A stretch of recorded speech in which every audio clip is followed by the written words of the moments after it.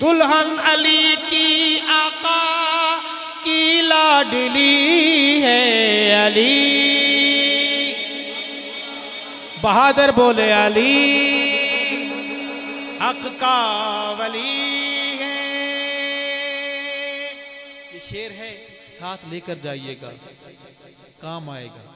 उनकी किताबों से पढ़ रहा हूँ, फैसला आपने खुद करना है कि नफरत है या बाखबर हो के भी वो, बाखबर हो के भी वो क्यों बेखबर है बेटे अली के नाम अबू बकरो उमर है।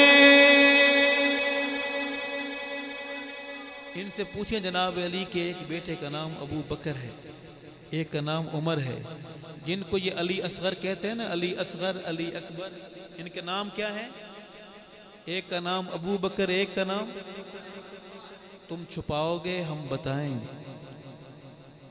तुम छुपा छुपा के थक जाओगे, हम ऐसी रोशनी बन जाएंगे कि सब कुछ नजर आएगा इस कौम को इंशाअल्लाह।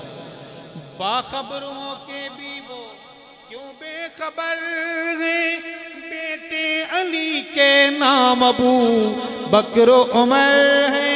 बोलो बोलो ये दुश्मनी है या दोस्ती है अली हक का वली है।